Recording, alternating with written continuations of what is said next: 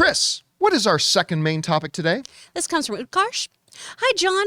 The Wall Street Journal reported that Zaslav has mandated that all future DC movies be developed as theatrical releases. I'm happy that more movies will get that platform, but I'm also concerned. Streaming opened up the possibility for weird projects that would never have happened before. Now, with Zaslav reportedly axing Wonder Twins for being too niche, should we settle in for exclusively mainstream movies? All right, thanks a lot for sending that in. Staying on the topic of the new Warner Brothers regime and David Zaslav, and of course, yeah, he's been taking the axe of things, but very quietly, one of the things he's talking about is that he wants a focus again for DC to be on the big screen. That's where he wants these things. Now, we've already seen maybe a little bit of shift happening at Warner Brothers even before Zaslav took over, because once again, there's a Batgirl movie in development that was originally announced to be a project for HBO Max, Warner Brothers streaming service. But then a little bit later on, again, this is before Zaslav took over, they decided that it was going to go the theatrical route. Now, they have another one, Blue Beetle, right? Sorry, the Batgirl one they didn't announce to go theatrical, but it looks like it's going to theatrical. It was the Blue Beetle one that they changed their minds to go theatrical. And we're hearing that Batgirl is probably next up. Now, you're right. The idea of having HBO Max there to maybe play around with a little bit as a minor league farm system to take some characters that maybe never would be handed a $125 million budget, therefore never get a chance, but maybe a $30 million budget and put it on HBO Max. That's intriguing. But I think Zaslav is understanding that, hey, look, you know where we make our money? We make our money on the big screen. And you know what? Marvel didn't need a small farm system to try Guardians of the Galaxy. They just made a great kick-ass movie, and therefore it succeeded. Anyway, this comes to us from the good folks over at The Hollywood Reporter, who wrote the following. Sources say the decision to shut the project, talking about the verification that the Wonder Twins had been shut down. Sources say the decision to shut the project down occurred several weeks ago, which of course we spoke about several weeks ago. According to insiders, the leadership of Warner Brothers Discovery, the new company combining Discovery and Warner Brothers, and now being led by CEO David Zaslav, is imposing a mandate that DC movies should now be made with a theatrical first goal. Wonder Twins, the way it had been conceived was quote unquote too niche, or in another way of saying it was too stupid, said one source. Yeah, listen, no, that you guys remember the first day the news came out that they were going to develop a Wonder Twins film. Are we sure this isn't a joke? Are we sure this isn't a joke? So cutting that one down was great. Let's focus though on the positive here. Coming out of a disastrous 2021, where the former CEO over there, the former boss, Jason Kilar, had decided that none of our movies are going to be theatrical first. We're going to take all of our movies in 2021. And it failed brutally.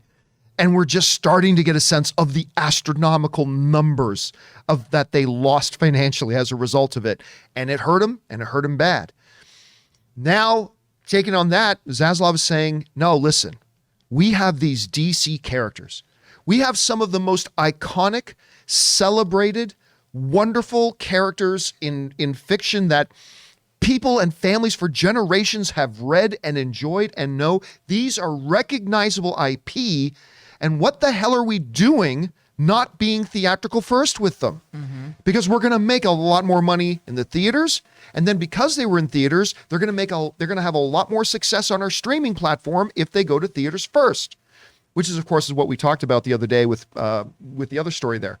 So I hear this and I'm like, again, this is the thing. And people wondered why when they first announced this, I said, I'm telling you guys what, with this new guy coming in, the head of Discovery coming in, the future for Warner Brothers and DC specifically is going to be a lot brighter. There's going to be a lot more success.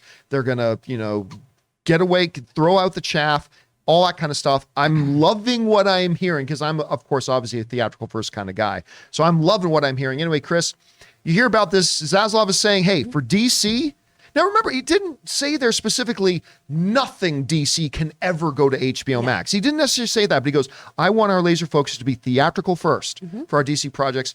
How do you take that? I think it's great. I think that we should be seeing movies in a movie theater first, personally. I think that's where they belong. We saw how much that just reinvigorated everyone who works in cinema at CinemaCon, right? All those movie theater owners were so excited about things going to their theaters first again.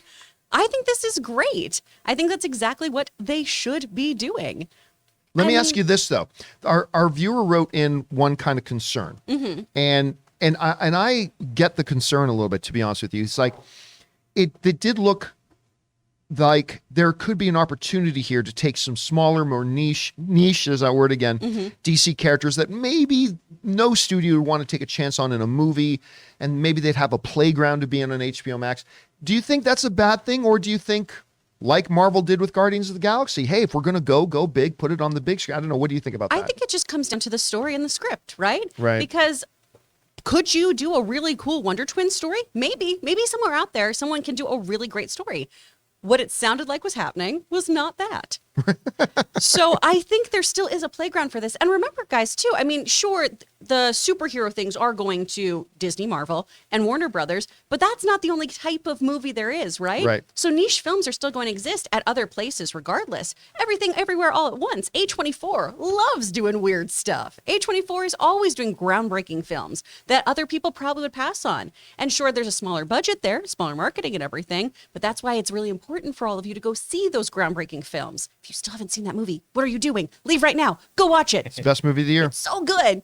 So I think there's still those options available. And what we're seeing with these companies too is they are exploring doing different things with these kinds of IP, right? Giving auteurs a chance to make a film like the Batman. You know, if we look over at Disney, they're doing all kinds of stuff. And sure, a lot of that is on streaming for television and everything, but maybe that's where we can explore some of those weirder characters like Peacemaker. That was great, and I would have hated that for that to be a movie. It's perfect as a television series, so maybe that's how we compromise, playing with those kind of off-color characters. Yeah, and I got a feeling, like pursuant to what you're saying there, that I think we're still going to see some DC HBO Max series. But I think when there's a movie project, he wants that to go to screens. Anyway, Aaron, you hear about this. Does this make sense to you? Do you think maybe they're compromising some other areas? What do you think? Well, one of the things that's also important to look at is, you know, he sounds like a person who chooses his words very carefully because he knows that they are going to be printed, well, hopefully printed exactly as he says them, and then dissected by people like us.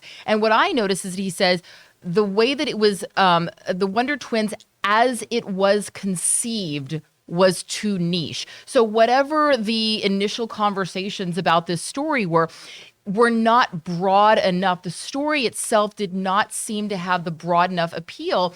And perhaps that was the issue, was that the people who were conceiving of the actual movie and were saying, this is the movie that we're going to make. And remember also, this was a $75 million budget. So for HBO Max, their goal for their movies is around $35 million. So had Wonder Twins come in at about a $30 million budget, there may have been a world where that movie could have been made straight for HBO Max. But Warner Brothers is not going to make a $75 million movie and then have it go to streaming when it's not when it is not the kind of movie that's going to pull in enough excitement and interest straight for a streaming. But it's also probably not going to be able to make its money back in theaters because of the initial conceiving. I agree with what Chris was saying. There's a world in which these characters could live in streaming, and we are going to see more, it's not just going to be mainstream movies. These movies, these tentpole movies that everybody says are, just the superhero movies or not, not new or interesting characters. These are the movies that allow for these smaller projects to get made, but those smaller projects can't have a $75 million budget. Right. And I also will say, I really do hope that the Wonder Twins does make it to our screen somewhere, because on a totally non-related note, her hair is on fire in that drawing. In the drawing. Oh my God. You pulled up that graphic and I was like, both of them have excellent hair. So, I mean, they for nothing definitely else, have sibling hair. Yeah, there's the no hair, doubt about the that. hair is on point. If I didn't have so many cowlicks, I would be headed to the salon right now. All right, guys, the question is for you. What do you think about this? Apparently, Warner Brothers' new mandate is that DC properties should be theatrical first. Is that exciting? Do you like this idea? Maybe, it makes you wonder a little bit. Could some of the smaller little niche things maybe not get made now? I don't know. What do you guys think about this? Jump down into the comment section below and leave your thoughts there. Guys, we want to take a minute and thank the sponsor of this video, ExpressVPN. Now, you guys have all already heard about ExpressVPN. I've talked about it a number of times in my videos. It's the best way to protect your privacy online and to give you that security online that we all need. And there's another practical reason why viewers of this show love using ExpressVPN. Take Netflix, for example. You see, thousands of shows on Netflix are only available outside of the US, so you need to change your country if you want to access them, and ExpressVPN lets you do just that. Because what the ExpressVPN app does is it encrypts your data and reroutes it through server locations of your choice. This not only protects your data, but it also lets you control which country you want Netflix to think that you're in. ExpressVPN lets you choose from over 90 different countries, so every time you run out of stuff to watch, you can just fire up the app on your laptop or smart TV, switch your country, and hit connect. And once you refresh your page, you'll get a brand new selection of shows. It's just that simple. And those reasons and many more is why ExpressVPN is the #1 rated VPN provider by publishers like TechRadar and The Verge. So guys, visit expressvpn.com/Campea right now and get 3 extra months of their service for free. That's expressvpn.com/Campea. Go to expressvpn.com/Campea to learn more.